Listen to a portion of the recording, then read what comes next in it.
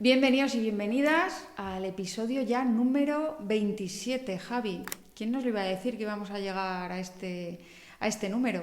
Pues bien, 27 Irene, y además al fresco que estamos aquí con... Cuéntanos dónde nos hemos venido, porque esto no es el espacio donde siempre solemos grabar y encima sigue llegando gente. Cuéntanos, Irene. Pues estamos en feria, en un pueblo precioso del sur de Badajoz, podemos decir, o el centro de Badajoz, de Tierra de Barros. Estamos en un pueblo que tiene un patrimonio increíble y bueno, yo animo a todo el mundo a que venga a feria a conocer su castillo, sus calles y bueno, pues a conocer también a los coritos y las coritas, que son gente pues majísima que nos acompaña hoy aquí. Y bueno, Javi, vamos a empezar un poco. Espérate, si te parece, vamos a contar algo sobre feria para que la gente conozca en el resto de Extremadura y gente que también nos escucha y nos ve desde fuera de Extremadura, que sepa un poco dónde estamos, ¿no? Feria, Irene es un pueblo que tiene un poco más de 1000 habitantes, ¿no? Es un pueblo que llegó a tener la primera estadística de habitantes, que se remonta al siglo pasado, no al otro, a 1842, tenía el doble de habitantes que ahora, o sea, algo más de 2000 habitantes.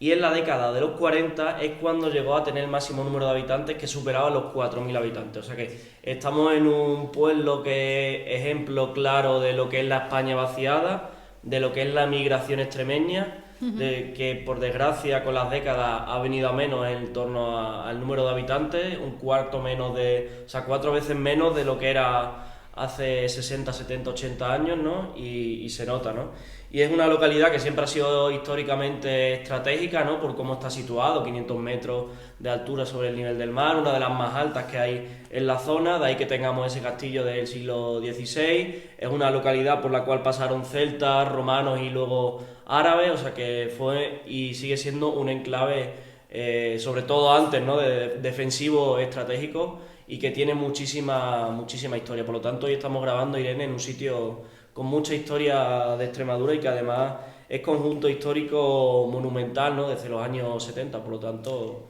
nos encanta estar aquí hoy. Yo creo que animo a todo el mundo a que venga a feria y a que se suba al castillo a ver las vistas. Y que haga un poco de pierna subiendo al castillo. También, porque es una maravilla. A mí que me encantan los espacios abiertos, la inmensidad, sentirme tan pequeña, pues venir a feria y ver lo que es el paisaje, un paisaje también muy mosaico, donde vemos los olivares, vemos las viñas, el Tierra de Barros es un paisaje mosaico agrario precioso. Tú has subido al castillo, ¿no? Hombre, claro que subí al castillo. No mientas, ¿eh? No miento, porque lo he visitado con toda la familia y hemos hecho una inmersión, porque además el castillo está muy bien restaurado y haces una inmersión total bueno, pues en aquella época. Yo lo recomiendo un montón. Un castillo que además estaba construido sobre una alcazaba musulmana, árabe, o sea Sí, que tenía su historia antes de que fuera castillo, y ahora pues es recomendable 100% este castillo, de los que más se conserva de Extremadura. Sí, de los que mejor. Y vamos a reconducir un poco hacia dónde va nuestro programa de hoy, Irene, ¿no? Que vamos a hablar con Roberto Palomo, que tú ahora lo presentarás, ese fotoperiodista extremeño de aquí, de feria, precisamente sus orígenes. Recrece de aquí, como se dice. Estamos en unas fechas ahora mismo claves para hablar de memoria histórica y democrática, y no por algo bueno, sino por algo malo, ¿no? Se ha aprobado la ley de mal llamada Concordia por parte de la derecha y la extrema derecha, y es una ley, bueno, pues que viene a hacer lo de siempre, a blanquear la historia cruel que sufrió este país, que hizo que ahora mismo pues haya 14.000 personas aún en fosas en Extremadura. 14.000. Siguen desaparecidas, fueron asesinadas no solo durante la guerra, sino también durante el franquismo, y yo creo que es de justicia, ¿no? que los familiares pues puedan encontrarlas, y precisamente la ley de Concordia pues no viene a facilitar que eso suceda, al revés. Es una ley que no habla nada de la dictadura franquista, es como que quieren que esa etapa de la historia se borre, o peor aún, que pensemos que fue una etapa donde no hubo víctimas y verdugos, sino que todo se vivió en armonía. Y no sucedió así, por desgracia, ¿no? Hemos sido un país que durante años ha estado escondiendo la memoria democrática debajo de las alfombras, y ahora que parecía que empezábamos a hacer justicia y empezábamos a dignificar a las víctimas, pues la derecha y la extrema derecha, en vez de asumir que es un paso adelante para que la democracia sea más sana y para sentar las bases de la dignidad que yo creo que debe de conducir nuestra democracia, pues lo que quieren es volverla a meter en un cajón y echar más tierra sobre las fosas y sobre las cunetas. Nos lo va a contar todo ahora Roberto. Y un dato, Irene, ¿por qué es importante hablar de memoria histórica y democrática en Extremadura? Pues, por ejemplo, Chile fue una de las dictaduras fascistas más sanguinarias que ha habido en Latinoamérica. Solo en la matanza de Badajoz se mató lo mismo que en Chile, que Pinochet mató en Chile, o sea que... ese dato no lo tenía y me dejas loca. Habla de lo importante y de lo que nuestros muertos nos dicen, ¿no? De todo lo que hay escondido en Extremadura y todo lo que pesa a día de hoy, ¿no? Que solo en la matanza de Badajoz se matara igual que en una dictadura sanguinaria como la de Pinochet. Pues me dejas loca porque ese dato no lo tenía y bueno, si ponemos la balanza entonces... Solo en una región como Extremadura, hablando de una ciudad concreta, es que es muy heavy lo que pasó aquí en Extremadura, ¿no? Sí. Y por eso vamos a hablar con Roberto Palomo, que se va a sentar aquí en este asiento que hemos colocado en la Casa de la Cultura de Feria, que no lo hemos dicho. Y sobre todo agradecer también al Ayuntamiento. Exacto. Que no solo nos ha cedido el espacio, que además lo han difundido en sus propias redes y bueno, está aquí Marcelo, el alcalde, así que no podemos más que estar agradecidas al recibimiento y a la acogida aquí en Feria. Venga, pues vamos con Roberto.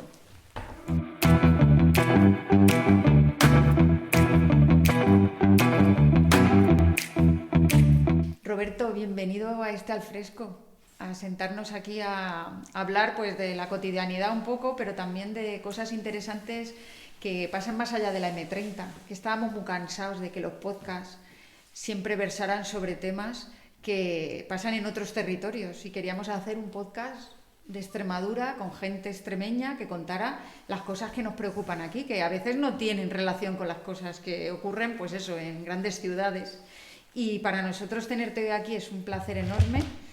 Eres pacense, estudiaste periodismo y comunicación audiovisual lo voy a decir mal, en De Montfort, ¿no? En el Reino Unido, en Leicester, y bueno, te has dedicado toda tu vida a ser reportero fotográfico y siendo escritor también de temas tan importantes como es hablar de las migraciones, como es hablar de la memoria. Cuéntanos un poco por qué te dio a ti la vena de estudiar periodismo y tan lejos, además. Bueno, primero de todo, gracias por invitarme, gracias a las personas que han venido. Porque, bueno, hablaba que de las historias que están más allá de la M30, es que está la M30, está más allá de la M30 y luego ya está Extremadura, porque yo además que he trabajado para medios nacionales y me muevo mucho, ¿no? Que no se conoce lo que pasa aquí y ahora con esta historia de memoria histórica es lo mismo. Cuando estoy por ahí fuera no conoces la magnitud de lo que pasó en Extremadura, pero bueno, te hablo de memoria histórica como de cualquier otra cosa. Entonces, bueno, pues siempre intento también hacer historias aquí, pero que trasciendan fuera de aquí, ¿no? Nada, yo no tuve una decisión clara de estudiar periodismo ni de irme de Badajoz. Fue más por inquietud, por aburrimiento, por querer conocer algo más, ¿no? Entonces empecé a estudiar en Badajoz, pero me cansé, me aburrí y me fui a Inglaterra, a Londres, a trabajar. Has dicho también que dedico toda mi vida al periodismo, pero he hecho y sigo haciendo muchas cosas. Bueno, allí fui a trabajar de camarero, fregando platos, a buscarme la vida. Y nada, me fui interesando por el periodismo, la fotografía y cosas de la vida. Acabé estudiando allí. Yo no sabía que iba a poder estudiar allí, ni lo tenía pensado, ni además era buen estudiante aquí como para sacarme una carrera en Inglaterra. De hecho, una cosa importante es que yo, según mi nota de corte, yo no puedo estudiar ni periodismo ni idiomas en España. No podría haber accedido a la carrera de periodismo o a estudiar filología inglesa o bueno, es que suspendí los idiomas en selectividad y me acabé sacando la carrera de periodismo en inglés. En inglés, claro. Y por el camino aprendí a hablar italiano en los restaurantes que trabajaba allí mientras me sacaba la carrera. Entonces sí, fue un poco como darle un giro inesperado a todo, porque Otro día hablaremos, la verdad que este tema que sacas ahora me gusta porque qué injusto es esto de las notas de corte, la llegada a la universidad de esta manera, porque se quedan tantas vocaciones por el camino y tanta gente que podría ser brillante y talentosa y que por esta visión que tenemos tan cerrada de una nota que tienes que alcanzar, bueno, es un tema que la verdad que has sacado y que me parece muy importante porque yo ahora que tengo hijos y mi hija dentro de nada se enfrentará, yo supongo, a todo esto y digo, jolín, qué mal lo hemos pensado. Cuéntame un poco porque tú vives ahora a caballo un poco entre Barcelona y Extremadura, ¿verdad? Yo, donde siempre he vivido y donde siempre vivo es en Badajoz, en Extremadura, en el sentido de que, de hecho, cuando estudiaba la carrera, bueno, cuando me fui allí por primera vez, iba allí 6-7 meses y me volví aquí a pasar los veranos, a trabajar aquí también, luego me volví allí y así siempre. Nunca he estado más de 6 meses seguidos fuera de Badajoz, a pesar de haber vivido en Inglaterra, en Italia, de haber estado mucho por Que Sudamérica. las raíces ahí Sí. te llaman. Y bueno, por temas personales y profesionales, porque yo trabajo donde me salga trabajo. Claro. Y yo que te sigo en redes, veo que muchas veces te vienes a Extremadura y digo, madre mía, vaya odisea la tuya para poder venir de Barcelona a Extremadura, porque claro, es que estamos casi, podríamos decir que ultraperiféricos. Yo creo que te costaría menos ir a Canarias. No, es que desde que me fui, yo me fui a los 20 años, llevo 15 años por ahí fuera. Siempre el trayecto más difícil era el último, o sea, venirme de Londres a Madrid, o a Lisboa, o a Málaga, era más barato y más corto y más sencillo que luego venir de Madrid a Badajoz, de Lisboa a Badajoz, o de Málaga a Badajoz, que tenía que pasar por Sevilla, BlaBlaCar y todo. Y eso sigue pasando. De hecho, claro, ¿cuánta gente, por cuántos profesionales podrían vivir en Badajoz o en Extremadura y trabajar por toda la península? Medios de transporte. Claro, si a mí me viene un cliente y me pide un presupuesto, claro, yo si estoy siempre en Badajoz, yo no puedo presupuestar porque cuánto me cuesta el transporte, cuánto tiempo he hecho. En cambio, otro compañero de cualquier otro sitio de España, pues pilla suave, buen precio y puede desarrollar su carrera. Que se ha ido precisamente porque eran tantas las horas en el coche metidos, claro, que era como, es que por calidad de vida me tengo que trasladar a un sitio donde pueda coger un tren, claro, y pueda estar en menos tiempo en Madrid o donde sea. Es así, porque ahora los trabajos son así, se necesita más movilidad. Bueno, pero tú recreces de aquí de Feria. Tu familia viene de aquí, ¿verdad? Tú eres medio corito. Yo nací, me crié en Badajoz, mis padres nacieron y se criaron en Badajoz y fue mi abuela la que emigró de Feria a Badajoz, siendo niña. Claro, porque, bueno, por las circunstancias que hablaremos, ¿no? Entonces yo me he reencontrado con el pueblo a partir de esta historia.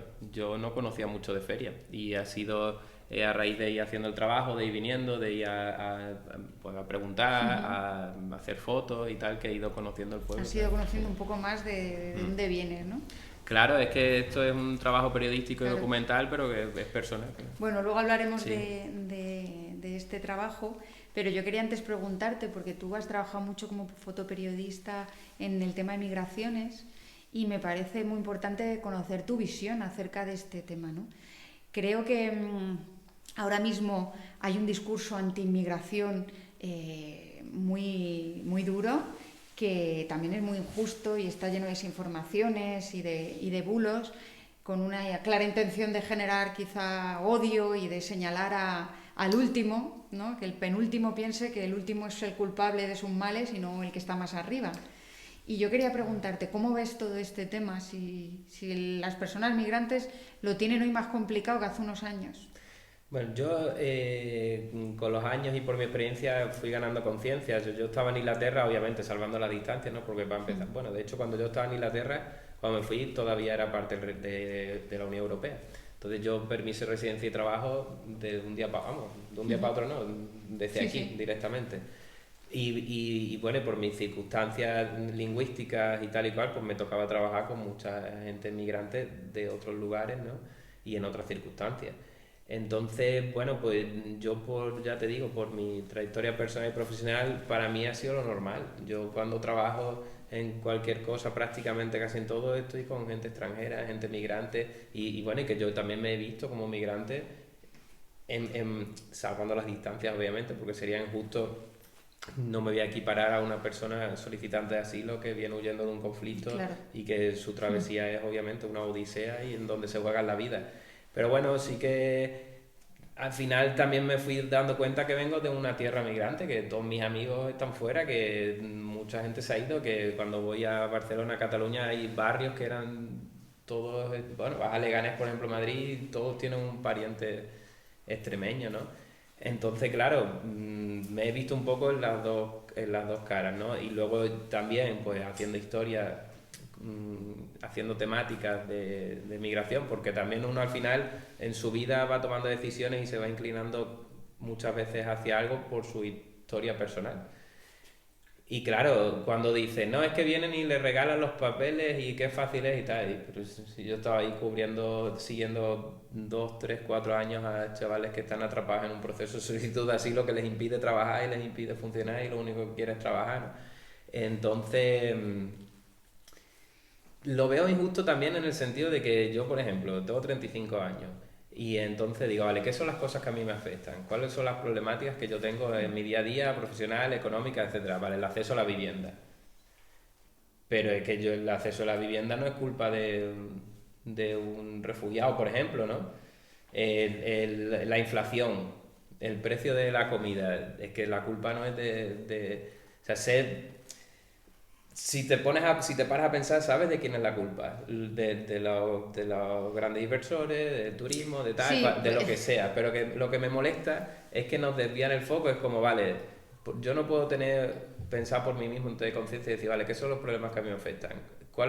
¿Qué causan esos problemas y qué se podría hacer para que, y si te paras a hacer eso, llegas a una conclusión totalmente diferente a la que nos están todo el día tratando de imponer hoy en día, que es como, es que yo no le tengo que echar la culpa a esta persona vulnerable o a una comunidad pequeña que ya puede ser migrante, africana, marroquí, lo que sea.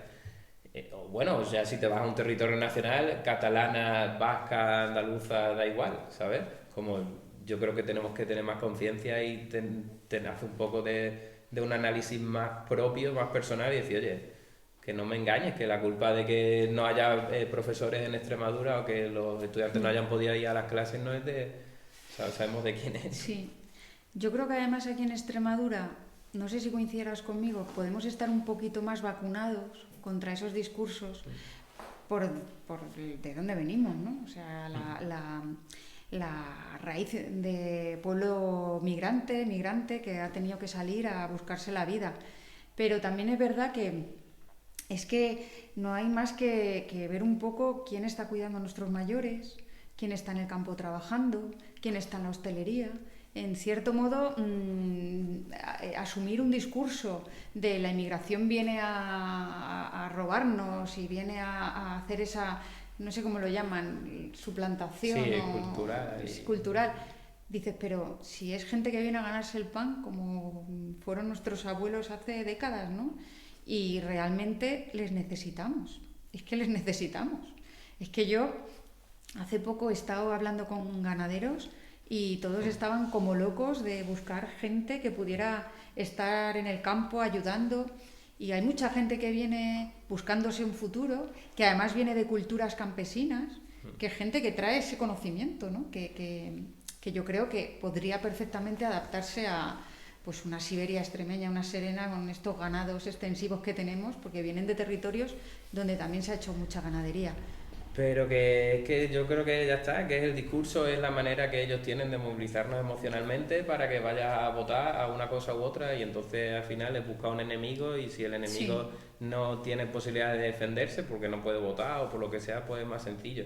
Y ya está, que ahora le está tocando a la migración y antes le ha tocado a otros y a los gitanos se les persiguió, y con los conflictos territoriales en España pasa lo mismo. Sabes que tú luego te mueves y no hay tanta enfrentamiento entre la gente. La gente, bueno, a mí me ha pasado con esto de mi historia, que cada vez que venía al pueblo, todo el mundo me ayudaba, hablaba, preguntaba, me respondía y tal. No veía el enfrentamiento este que nos ponen de la izquierda a la derecha, los rojos, los fachas y tal. Entonces me molesta por eso, porque están ahí arriba como vendiéndonos una cosa, enfrentándonos unos a los otros, cuando luego en realidad a pie de calle no pasa tanto. Pero claro, de tanto enfrentarnos y tal, ya van calando ciertas cosas y así que escuchas cosas y ves situaciones que dices, oye, es que ya sí se está transformando en una realidad.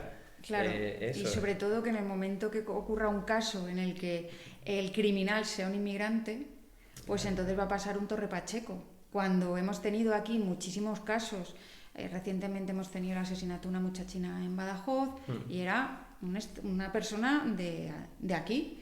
Hemos tenido 3 casos de violencia machista en casi, 3 o 4, no sabemos el último, en lo que va de año en Extremadura. Sí. Y los 4 eran extremeños de pura cepa. Pero en el momento que haya uno que no lo sea, que lo habrá, porque desgraciados hay en todas partes y de todos los colores y de todas las nacionalidades, pues entonces yo sé que todo este discurso, todo este mensaje que está sembrando, que está calando, que tal, va a encontrar ese argumento para explotar. Y yo creo que tenemos que estar vacunados, ¿no? Para saber decir, esto es racismo y por ahí no podemos ir. Pero bueno, lo que nos trae aquí era otro tema, que a mí me interesa también mucho que nos cuentes.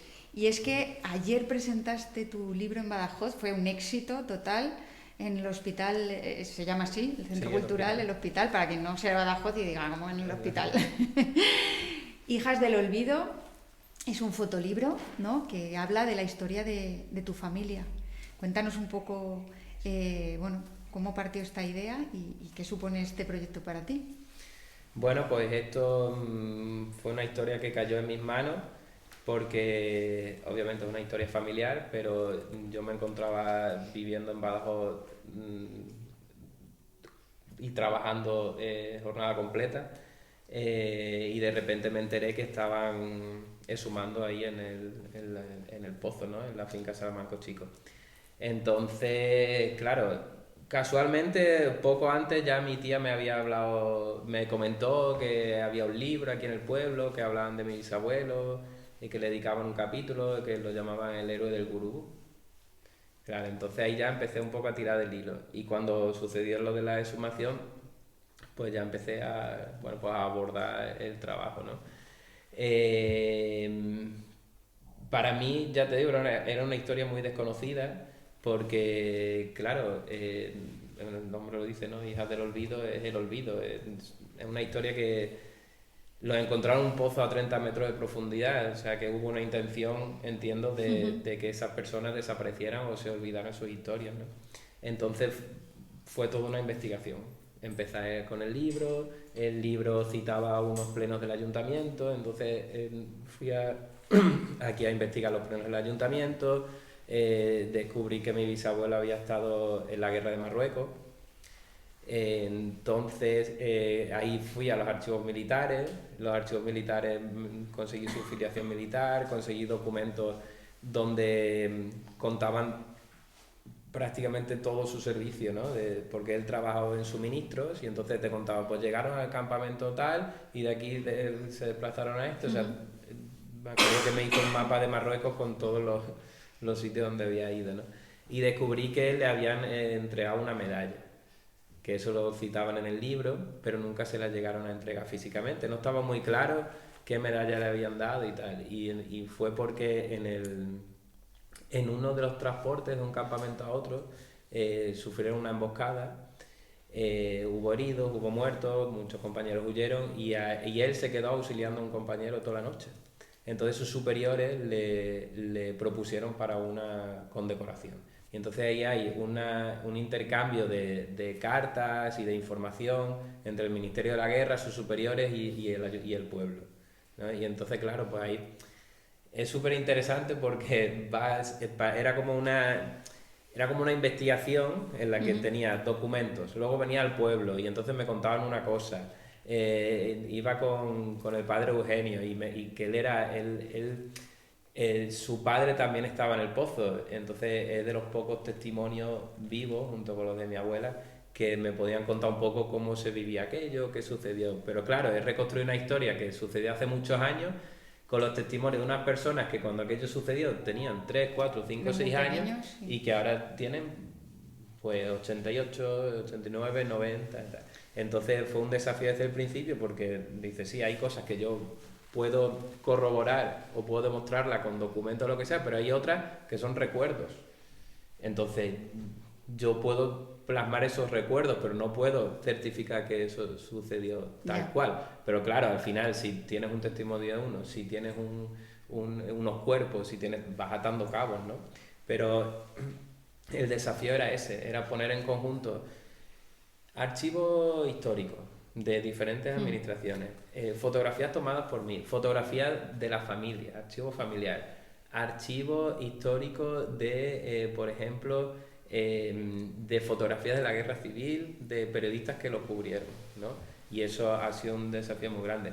Una cosa muy interesante, que además lo descubrí a través de una página de Facebook, la de Feria, era una foto que apareció de un señor ahí en la Plaza del Pueblo que sale con un cigarro y un garrote, y resulta que era el hermano de mi bisabuelo, ya de mayor, junto con otras personas mayores en el pueblo. Entonces dice, te vas planteando cosas y dices, ¿se parecería a mi bisabuelo si hubiera vivido, si hubiera parecido a él?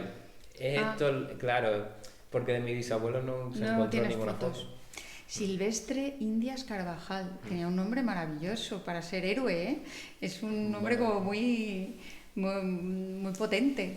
Silvestre Indias Carvajal le asesinaron en el 36 y cuéntame un poco qué sucedió en el 36 aquí en Feria. Bueno, según yo tengo entendido, porque claro, lo que te comentaba antes, son historias muy difíciles de reconstruir, ¿no?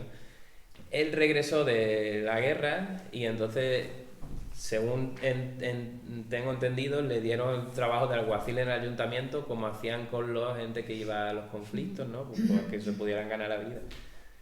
Entonces él fue alguacil del ayuntamiento.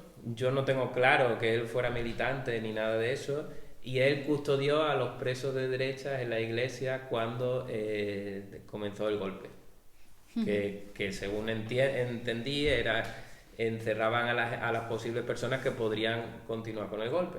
Entonces él le tocó custodiarlo cuando hubo un cambio cuando llegaron cuando los se sublevados, instaló los el régimen, nacionales, cuando ¿no? hubo el cambio de gobierno y tal y cual, pues fueron a por él como fueron a por muchos otros, a por los alcaldes, a por la gente que había trabajado en el ayuntamiento y tal.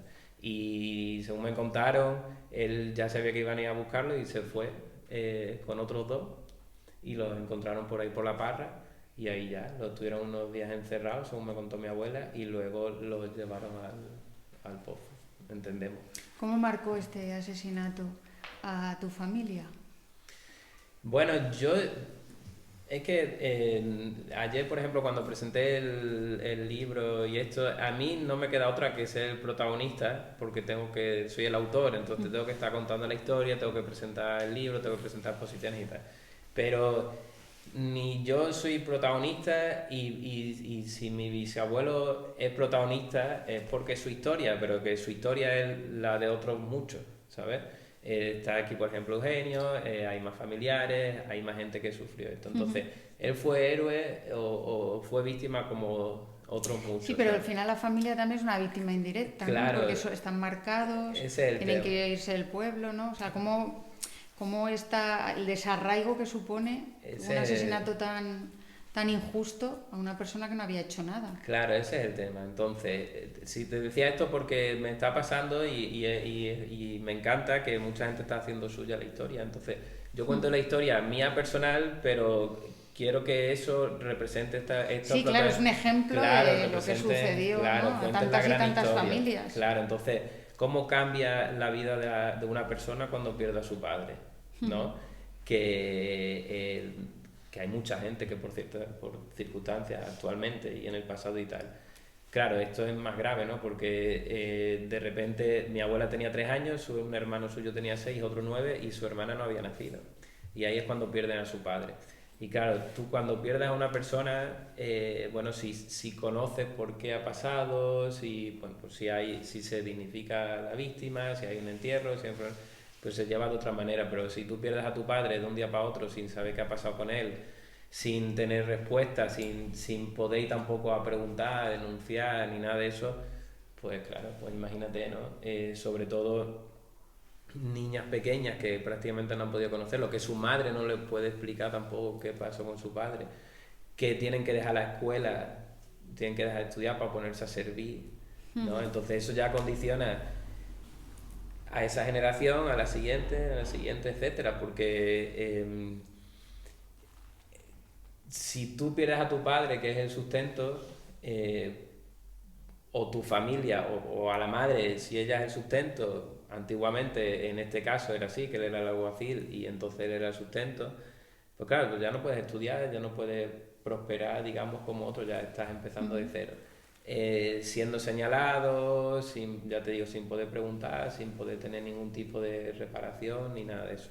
Entonces eso pues ya te condena a que tu vida cambie y a migrar, posiblemente, como pasa claro. En muchos sitios, que hubo mucha migración de los pueblos extremeños también a causa de la represión y de la pérdida de familiares. Allá estaba con este señor, que a ver si digo bien su nombre, José Manuel Corbacho, ¿no?, que es presidente de la Asociación de Recuperación Histórica aquí en Extremadura, y hablábamos de que la película 47, sí, tan famosa, sí, sí, pues ellos se fueron porque sí, porque claro, ahí nos explican la película, pero es verdad que el padre de Manuel había sido también represaliado, ¿no? Claro, entonces pues tu vida cambia, entiendo, por completo, y yo lo que he tratado es eso, descubrir quién es mi bisabuelo, pero sobre todo tratar de entender cómo cambió la vida de mis abuelas o cómo cambia la vida de unas víctimas de una desaparición forzosa, qué emociones atraviesan a esas personas, ¿no? Y de hecho al final hago un paso por las diferentes generaciones y al final cierro con mi sobrina, que ella es tataranieta, ¿no? Y que ella ya, digamos, pues ya ese trauma o digamos ese destino ya es diferente, ¿no? Porque ya no es un familiar tan directo. Y creo que era un buen cierre, ¿no?, para decir, mira, todas las generaciones que tienen que pasar para que al final este trauma o esta situación ya se sane, ¿no? ¿Pero qué crees que ha podido fallar para que hayan tenido que pasar 87 años desde que asesinaron a tu bisabuelo para que la familia pueda corroborar que estaba en el pozo donde parecía que estaba, ¿no? ¿No llegamos un poco tarde a todo esto de la memoria? Yo creo que es que, como hablabas antes, los migrantes muchas veces estamos muy contaminados por el ruido, por el odio y tal. Esto es un trabajo que tiene una carga política e ideológica porque es imposible, porque nace de un conflicto. Entonces, es muy difícil desprender esta historia de la carga política e ideológica. Cuando tú le quitas la carga política e ideológica a las cosas, lo que queda es lo humano, ¿no? Y esto al final no deja de ser la historia de una señora que pierde a su padre con 3 años y que tiene que tardar 87 años para poder saber dónde estaba su padre. Fíjate, lo gracioso es que sabían dónde podrían estar. O sea, aún sabiéndolo, nunca se les permitió, se puso los medios para que pudieran corroborarlo, para que pudieran enterrarlo. Entonces, ¿qué ha fallado? Yo creo que es humanidad, porque es innegable. O sea, antes hablábamos aquí, antes de empezar, de lo de Marta del Castillo, por ejemplo, que es un ejemplo que todos conocemos, nadie, ¿no? cuestiona que hay que buscar su claro, cuerpo, ¿no? Entonces es que si tú le quitas la carga ideológica y política y le planteas esto a alguien, no, es muy difícil que tenga... Son derechos humanos. Claro, por eso es muy difícil que le niegue ese derecho a esa persona. Entonces yo creo que lo que falla es eso, es humanidad, es odio que nos inculcan. También yo creo que ahora sí, o sea, ahora por ejemplo que se ha aprobado esta ley de concordia que hablaba antes con Javi, pues cambia totalmente, porque aunque digan que es una ley que es para todas las víctimas, como si no hubiera habido verdugos, y que quiera blanquear esta etapa, pero hay una parte en la que claramente dice que si un familiar de tercer grado, hasta tercer grado, o sea, un sobrino, no quiere exhumar el cuerpo de su familiar, la exhumación no se da. Que es todo lo contrario a lo que decía antes la ley de memoria democrática, ¿no? Que si un familiar, con que un familiar quisiera, ya ese deseo tenía que verse cumplido, ¿no? Porque es una cuestión de derechos humanos. Y ahora va a ser al contrario, y es una manera obviamente de paralizar todas las exhumaciones, porque todos tenemos un primo que bueno, pues que estos temas no quiere ni verlos en pintura, y porque a lo mejor hasta estaba en contra. Y ahora me pregunto yo una cosa, aparte de que está fatal, ¿no? Yo imagínate que en mi familia hubiera alguien que no quisiera, ya me está quitando a mí, le está quitando a otra persona el derecho de conocer sobre su familia y de recuperar el resto. O sea, creo que está mal en el sentido de que ya con una decisión le estás quitando el derecho a otras personas. Y lo segundo, si lo llevamos a otro terreno, a ti se te muere un animal ahí, un caballo en tu finca y lo tienes que retirar y tal. Mañana encuentran 4 cadáveres en tu finca y vienen y lo sacan y tal, ¿no? Entonces, imagínate que yo fuera el propietario de una finca y tienen a 20 personas y hay 20 restos ahí en el pozo de la finca, tendrá que venir las autoridades o tendrá que haber alguna manera de sacarlo. O sea, ya por un tema legal, ¿sabes? Pues en este país, durante 80 años, claro. Se ha echado más tierra a ese pozo. Claro, bueno. El otro día estuve en la mina La Paloma, en Zarza. Fue súper emocionante porque acababan el día antes de descubrir por fin los cuerpos. Llevaban mucho tiempo con las excavaciones y además el alcalde, de una manera muy torpe, había intentado paralizar la excavación, y justo cuando se reanuda encuentran las primeras monedas. Y después de las monedas, los restos ya. ¿Sabéis cuánta tierra tenían esos restos encima? 300 toneladas.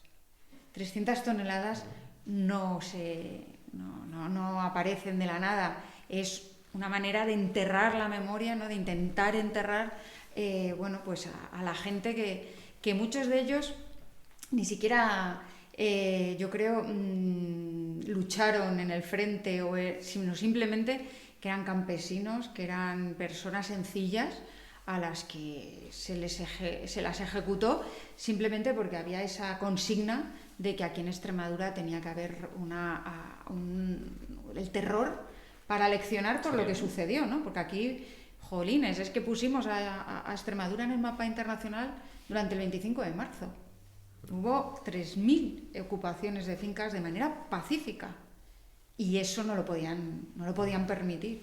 Entonces hubo pues una represalia brutal, bestial y terrorífica. Y 300 toneladas de tierra sobre esos restos. Ahí en el Salamanco, en el pozo, sacaron 5 metros de roca. Madre mía. Sí. Para poder llegar hasta los... Qué barbaridad. Claro, es que... Tuvo que ser también muy emocionante, ¿no? Yo no estuve en la sumación, porque estaba trabajando, pero hubo gente que estuvo. Y claro, por lo que me contaban y bueno, es que ya leyendo los informes, que es un lenguaje y una cosa muy fría, ya hasta leyendo los informes técnicos ya te mueve, porque dice 5 metros de roca, restos de animales, tuvieron que bombear un montón de agua, claro, cómo estaban los restos, ¿no? En qué estado estaban todos esos huesos. 80 y pico años, imagínate. Y no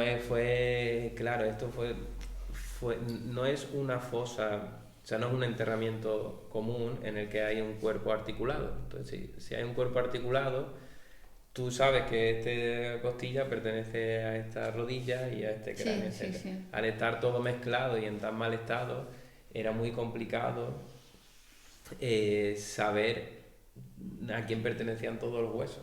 Ya. Entonces tuvieron que separar por tipo de hueso yo qué sé, fémur izquierdo, pues ya sabes que cada fémur pertenece a una persona y a partir de ahí empezar a hacer los análisis.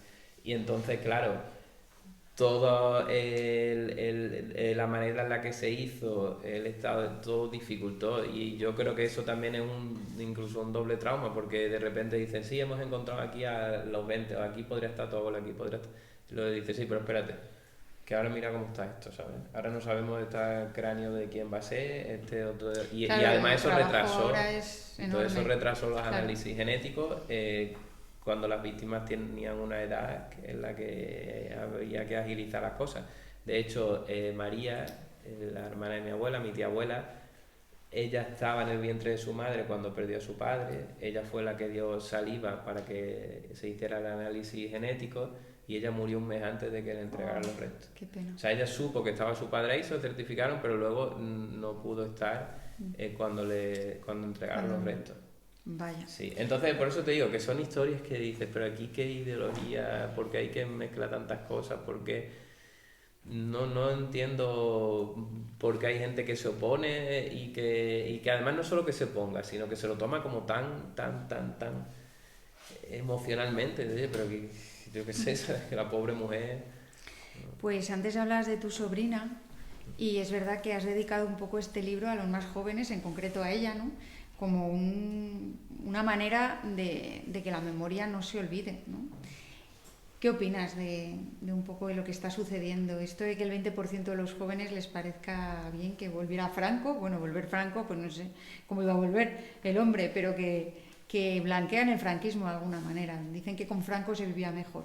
¿Tú qué opinas de esto? ¿Qué estamos haciendo tan mal para...? Bueno, es un fenómeno global, ¿vale? Que lleva sucediendo ya muchos años, en el que detrás hay unos intereses que son pues grandes empresas, grandes intereses, gente que va... Pero es que ya ha pasado antes, o sea, es cíclico, ¿no? Sí, la extrema derecha está creciendo en el mundo en general. Claro, entonces al final la batalla cultural la están ganando porque son listos, porque tienen también recursos y el tema de las redes sociales, de los algoritmos.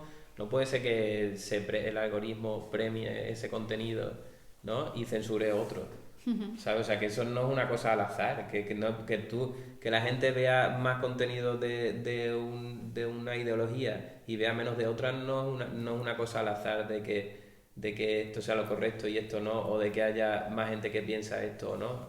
O sea, es una cosa totalmente dirigida y que hay un propósito detrás, de un fenómeno global, y aquí está, claro. Entonces, han ganado la batalla.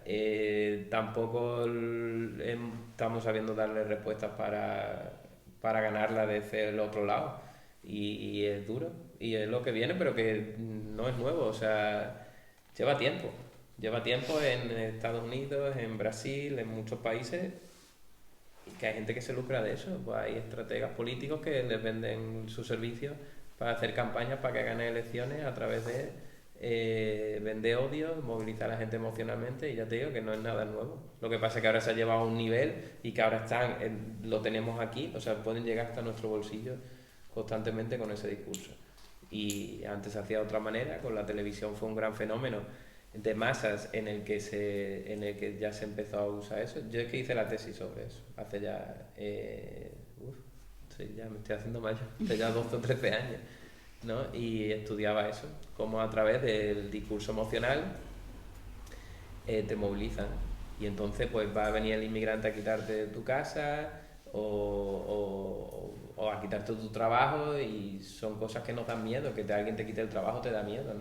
Entonces eso te va a hacer movilizarte a que votes a una dirección. El miedo yo creo que es Claro. un arma que... Y que el odio da dinero, porque tú escribes un titular en prensa o en redes sociales con un discurso de odio y la gente lo va a clicar. Entonces a ese medio, pseudomedio, o a esa empresa, lo que sea, le va a traer más clics y eso le va a hacer traer más publicidad. Entonces al final es un negocio, el odio se ha convertido en un negocio. Sí, y ahí nos están bombardeando con odio para que tú cliques, para que te lleve, para que te convenza de algo, para ganarse dinero. Entonces muchos que están ahí arriba es que no tienen ideología, su ideología es el dinero, y han visto el filón de decir, vale, pues metiendo discurso de odio y generando ciertos titulares y generando cierta información y contenido, voy a hacer llevarme a esta gente, y esta gente son clientes y les da dinero y ya está. Aparte de todo el tema ideológico, ¿no? Pero que ya ha llegado a eso, a ser un negocio. Entonces nos están vendiendo eso, y cuando te quieren vender una cosa al final te la venden por cualquier sitio.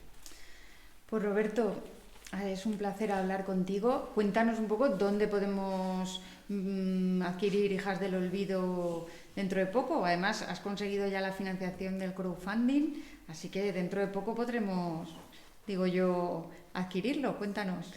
Pues sí, ayer lo presenté. Como dices, hice una campaña de crowdfunding para poder, bueno, una preventa, ¿no? Venderlo antes de tenerlo para poder así producirlo, ¿no? Y a partir de ahora pues me dedicaré a moverlo, a hacer presentaciones, a a venderlo a través de mi web, a venderlo en las redes sociales, bueno, llevarlo a todos los sitios porque creo que es una historia que merece la pena, que tiene que llegar. Y ya te digo, aquí en Extremadura, ayer en Badajoz hubo mucha gente, mucho cariño, fuera mucha gente va a participar en el crowdfunding, gente, compañeros, gente que ni conozco, a las que les interesa la temática o que les mueve, les emociona y quieren hacerse con uno. Entonces, pues a partir de ahora ya estará en mi web, robertopalomo.com, y en todas las presentaciones que haga, que espero sean muchas y que la historia pueda también trascender más allá del pueblo y de Extremadura. Qué bien. Pues muchas gracias, Roberto. Te deseamos todo lo mejor y que Hijas del Olvido pues sea un éxito. Y que aprendamos un poco más de memoria y sobre todo que también los jóvenes, ¿no?, entiendan de dónde venimos, qué ha sucedido, qué no podemos volver a repetir y que se necesita sobre todo hacer ese ejercicio de reparación para poder tener una democracia un poquito más sana. Mira, aquí detrás le tuvimos la idea de incluir estos puntitos, ¿vale?, que es un mapa de fosas de Extremadura, que si continúas desenterrando, aquí tienes un QR que te lleva a la página del Premex, donde está el mapa de fosas de Extremadura, que se puede consultar, que se puede ampliar, que te va llevando. Entonces, claro, es una historia, como te decía, muy personal, pero que también trata de informar y de dar a conocer. Qué importante este trabajo, Roberto. Pues nada, nos despedimos ya, pero no se me va a olvidar que tenemos que pasar a la última sección del podcast, que se llama Extremeños y Extremeñas hacen cosas, y que en este caso nos vamos a ir hasta Valencia de Alcántara con una iniciativa maravillosa que nos va a contar Javi Sardinero.